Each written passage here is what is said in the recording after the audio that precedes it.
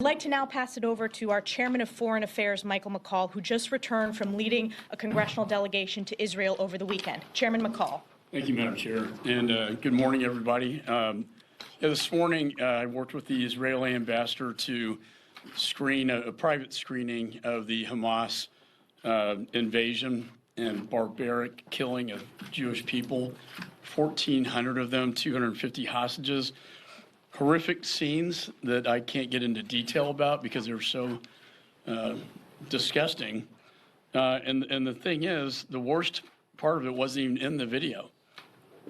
You know, ripping a baby out of a mother's womb before her eyes and killing her child before they killed her. The raping of old women, young women, the torture, the violence. They are a messianic cult. They are a terror organization. I think, if anything, and they wanted members to see this, to never forget, to remember what happened on October 7th, as we see the narrative shifting that somehow the Palestinians are the victims.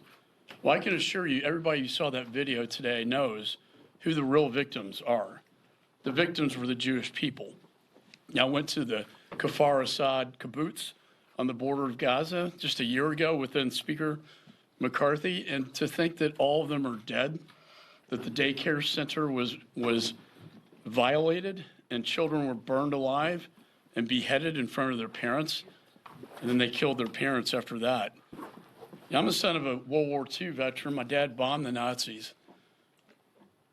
They bombed the Nazis who were killing the Jews. I thought this was over after that war, but this was the largest killing of Jews since the Holocaust. As Madam Chair mentioned, anti-Semitism is now on the rise in this country. It's not acceptable.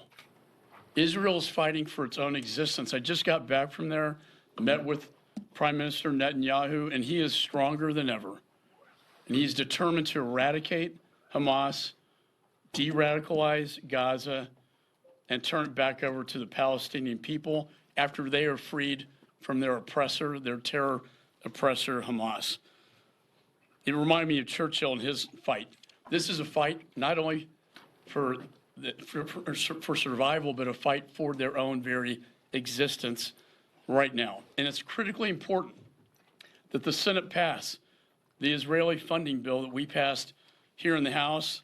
Should have been done yesterday, as the Prime Minister told me, but it needs to be done as soon as possible. They need the weapons to win. The Prime Minister said we need ammo, ammo, ammo. That is what we need in this fight against terror to defend the Jewish homeland. And so I thank everybody here for participating in this video. And now I turn it over to our whip, Tom Emmer.